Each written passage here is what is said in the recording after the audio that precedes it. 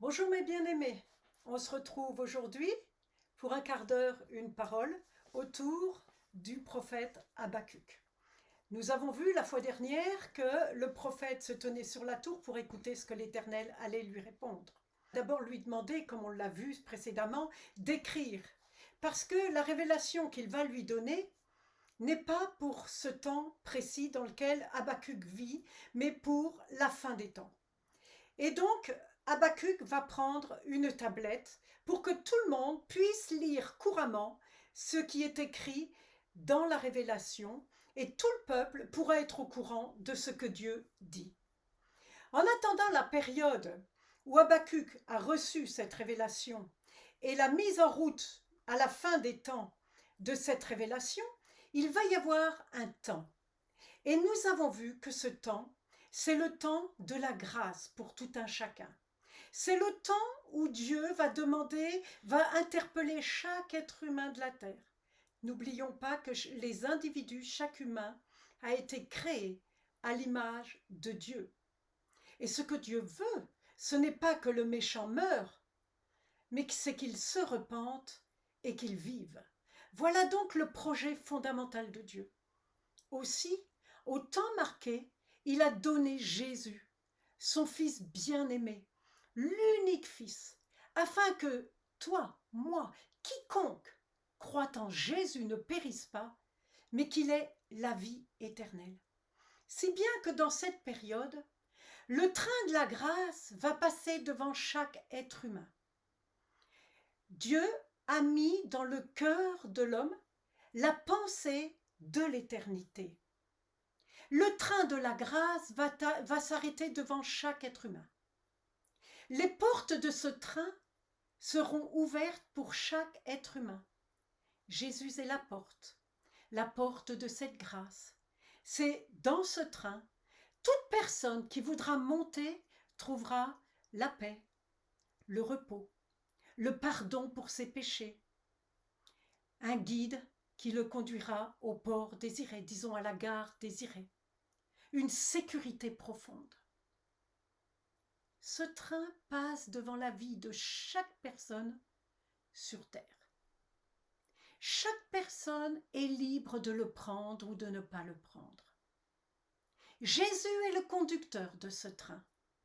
Aujourd'hui encore, il s'arrête sur la gare de ta vie et la porte est largement ouverte par Jésus. Vas-tu monter dans ce train ou vas-tu le laisser partir ? C'est une occasion terrible de le laisser partir. C'est pourquoi Jésus dit aujourd'hui, si tu entends ma voix, n'endurcis pas ton cœur. Lorsque Jésus est venu, il a parlé de lui-même en ces termes-là, et nous pouvons aller dans Ésaïe 61, où il nous dit ceci, le pourquoi de la venue de Jésus. Lorsque Jésus s'est trouvé pour la première fois dans la synagogue après être tenté au désert pendant 40 jours et 40 nuits, il entre dans une synagogue, il déroule le rouleau et il va lire Ésaïe et dire « Cette parole est désormais accomplie ». Mais que dit Ésaïe ? Ésaïe 61 nous dit ceci. « Le Seigneur Dieu me remplit de son esprit ». C'est Jésus qui parle. « Car il m'a consacré et il m'a donné pour mission d'apporter aux pauvres une bonne nouvelle et de prendre soin des désespérés, de proclamer aux déportés qu'ils seront libres désormais, et de dire aux prisonniers que leurs chaînes vont tomber, d'annoncer l'année où le Seigneur montrera sa faveur à son peuple, le jour où notre Dieu prendra sa revanche sur ses ennemis. Jésus est venu pour apporter un réconfort à ceux qui sont dans le deuil. Il porte le deuil de Sion, mais Jésus a pour mission de remplacer les marques de leur tristesse par autant de marques de joie. La cendre sur leur tête par un splendide turban, leur mine douloureuse par une huile parfumée, à leur air pitoyable par un habit de fête. Alors on les comparera à des arbres qui font honneur à Dieu, à un jardin qui révèle la gloire du Seigneur. Ils relèveront les anciennes ruines, ils rebâtiront les maisons jadis abattues, et ils restaureront les villes restées si longtemps dévastées. Jésus est venu pour proclamer la bonne nouvelle. Jésus a pour mission de retirer le deuil, la tristesse, pour amener de la joie, pour pardonner les péchés, pour publier encore cette année de grâce. Aujourd'hui encore, tant qu'on peut dire aujourd'hui, le train de la grâce s'arrête devant chacune de nous avec des portes grandes ouvertes dont Jésus est le conducteur. Mon bien-aimé, ma bien-aimée, quoi que tu aies pu dire, quoi que tu aies pu faire, quel que soit le bas tombé dans lequel tu te trouves aujourd'hui, mon bien-aimé, ma bien-aimée, la grâce de Jésus reste ouverte pour toi encore aujourd'hui. Tu peux très bien remonter dans le train de cette grâce qui va te libérer, te porter, te soulager, te conduire à la bonne gare. Que vas-tu faire? Monter dans ce train ou le laisser partir? Un autre train passera. C'est le train de l'enfer. C'est le train où, là, on va connaître les chocs, des chocs nationaux, internationaux, mondiaux. La dépression sera là, l'immoralité à son comble, la méchanceté aura dépassé son quota. Ce train-là, il est conduit par le diable. Et ce train-là emmènera les gens et beaucoup de gens en enfer. Quel choix vas-tu faire aujourd'hui? Tu es libre de prendre le train de la grâce ou le train de la mort. Quand tu arriveras au ciel ou quand tu comparaîtras devant le tribunal de Dieu, tu ne pourras pas dire « Mais Père, je ne savais pas ». Tu sais maintenant. La grâce se présente encore aujourd'hui. Tu ne pourras pas dire quand tu comparaîtras devant Dieu « Je ne savais pas ». Mon bien-aimé, ma bien-aimée, cette période-là, c'est la période qui se passe entre la prophétie donnée à Habacuc et la fin des temps, qui seront terribles. Revenons à Habacuc, si vous voulez bien. Habacuc va recevoir donc ce que Dieu lui dit, d'écrire cela, et il va dire aussi ceci, écrit que l'homme aux intentions mauvaises dépérit, mais que le juste vivra par la foi. C'est donc le premier point d'écrire, on a vu ça hier. Le deuxième point, mon juste vivra par sa confiance en Dieu. Il ne dit pas mourra, ne confond pas tout. Mon juste vivra par sa foi. Dans les circonstances terribles par lesquelles nous passons même aujourd'hui, dans le Covid, une économie en déclin, un monde qui part à la dérive, dans toutes ces réalités dans lesquelles nous sommes aujourd'hui, vous et moi d'ailleurs, moi et vous, mon juste vit par la foi. Et c'est la solution à tout un chacun encore aujourd'hui de faire confiance à Dieu, qu'il est au contrôle des événements, qu'il règne sur les nations, comme il dit dans sa parole, arrêtez. Sachez que je suis Dieu. Je règne sur le monde, sur la terre. Je règne sur les nations. Si l'Éternel règne, qu'avons-nous à craindre, nous, chrétiens? Le Seigneur te dit, mais tu sais, tu n'as rien à craindre, je suis là, et tu vivras par la foi. Puis, Dieu va déclarer 5 malheurs sur ceux qui auront maltraité les autres. Dans l'Apocalypse, la grande Babylone, au début, nous ne la verrons pas bien. On va avoir l'homme d'une situation, un homme mondial qui gérera le monde. Cet homme aura un charisme qui va plaire à tout le monde. Mais il va très vite dévoiler son visage. C'est un homme qui sera conduit par Satan, qui accomplira des prodiges par Satan. Et c'est un homme qui montrera son vrai visage quelque temps après, à peu près 2 ans après, et qui là, presque 2-3 ans, et là, ça va être une dictature, une tyrannie, auquel personne ne pourra résister.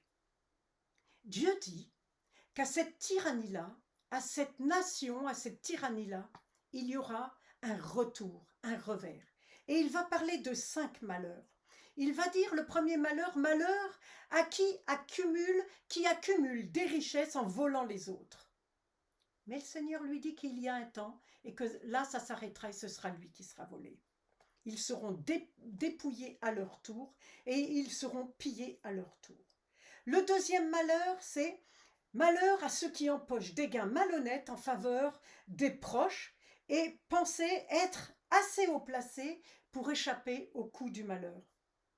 Vos plans ne serviront qu'à humilier vos proches en détruisant de nombreux peuples. C'est votre vie que vous mettez en danger. Ce malheur-là retombera sur leur tête. Le troisième malheur, c'est malheur à ceux qui fondent la prospérité des villes sur le meurtre et l'oppression. C'est pourquoi le travail de ces peuples, le travail de la construction de ces villes est en vain, parce que tout ça, ça va partir au feu, dit le Seigneur. Mais le troisième point que va dire le Seigneur et qui est ceci, tout cela n'est pas l'œuvre du Seigneur de l'univers. Le Seigneur dit à Habacuc, tout cela c'est mon œuvre. Tu vois, Habacuc, l'eau, elle recouvre les mers, t'es d'accord avec moi? Eh bien, on connaîtra ma glorieuse présence et le pays entier sera rempli, tout comme les eaux des mers recouvrent le fond des mers. Ma gloire apparaîtra à tout le monde la verra. Toutes ces œuvres-là de malheur, tout le monde pourra le constater. Voilà donc le troisième point. Oui, on connaîtra la glorieuse présence du Seigneur et le pays en sera rempli, tout comme les eaux recouvrent le fond des mers. Habacuc, cela arrivera aussi certainement que l'eau recouvre les mers. L'eau, elle recouvre les mers. Ben, ce que Dieu va faire, ce sera aussi certain que l'eau recouvre la mer. Et puis, il va décliner encore 2 autres malheurs. Parce que vous versez des gens qui donnent à boire à d'autres gens pour voir la nudité. Et puis, l'idolâtrie. L'idolâtrie. À quoi servent les idoles qu'ils fabriquent? Ce sont des objets de métal qui laissent croire à des mensonges. Pourquoi l'homme ferait-il confiance à des divinités qui ne peuvent pas parler et qu'il a lui-même façonnées? Malheureux, dit le Seigneur à Habacuc, vous dites réveille-toi à un morceau de bois. Écoutez, franchement, c'est d'un ridicule. Est-ce qu'un morceau de bois peut se réveiller? Mais c'est ce que font les hommes, hein, ni plus ni moins. Debout, un bloc de pierre muet. Alors que, comme dit Dieu, hein, ils ne peuvent rien vous révéler. Mais ils sont couverts d'or et d'argent, et il n'y a aucune vie en eux. Le quatrième point restera donc ceci, après l'énoncé des 5 malheurs. Le Seigneur se tient sur son temple. Le Seigneur se tient sur son saint temple. Que chacun, sur la terre, fasse silence devant lui. L'Éternel règne. Que chacun d'entre nous ait la crainte respectueuse, pas la peur du châtiment, pas la peur d'un père fouettard, c'est pas cela. Mais que chacun d'entre nous aujourd'hui craigne assez l'Éternel pour prendre en compte ces 4 points principaux.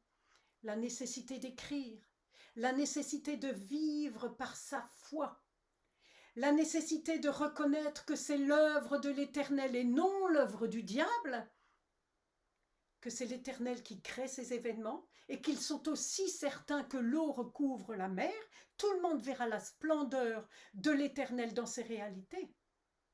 Et que le 4e point, le Seigneur se tient dans son saint temple, que chacun sur la terre fasse silence devant lui. Mon bien-aimé, ma bien-aimée, ces malheurs ne sont pas censés nous atteindre, nous chrétiens. Ces malheurs sont censés avertir les peuples, avertir les êtres humains. Celui qui va se laisser avertir par Jésus ne vivra jamais ces réalités, parce que l'Église sera enlevée. Mais celui qui ne voudra pas prendre en compte les réalités de l'Éternel et de ce que dit Habakkuk, celui-là devra vivre les réalités malheureuses écrites par Habakkuk. Ma bien-aimée, mon bien-aimé, tu te trouves à la croisée d'un chemin. Faire confiance à Dieu ou mener la vie que tu as décidée.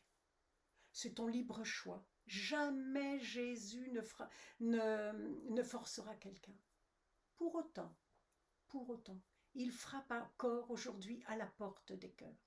Et il dit ceci, « Mon bien-aimé, ma bien-aimée, aujourd'hui encore, donne-moi ton cœur. Repens-toi des péchés que tu as commis. Je t'enverrai mon pardon. Tu connaîtras ma paix et tu seras sauvé. Ou alors, tu prends le train de la mort et tout ce qui est prédit dans la parole de Dieu s'accomplira sur toi et les tiens. La grâce de Dieu coule encore aujourd'hui pour toi, pour moi. Qu'allons-nous choisir? La réponse est dans ton cœur, elle n'est pas dans le mien. Moi, j'ai déjà répondu et je bénis Dieu d'avoir répondu positivement. C'est une telle grâce de vivre avec Jésus. C'est une telle joie. Mais toi, es-tu avec Jésus? Alors, aujourd'hui, tu peux encore faire ton choix, mais tu es libre. Alors que Dieu te bénisse dans tes choix.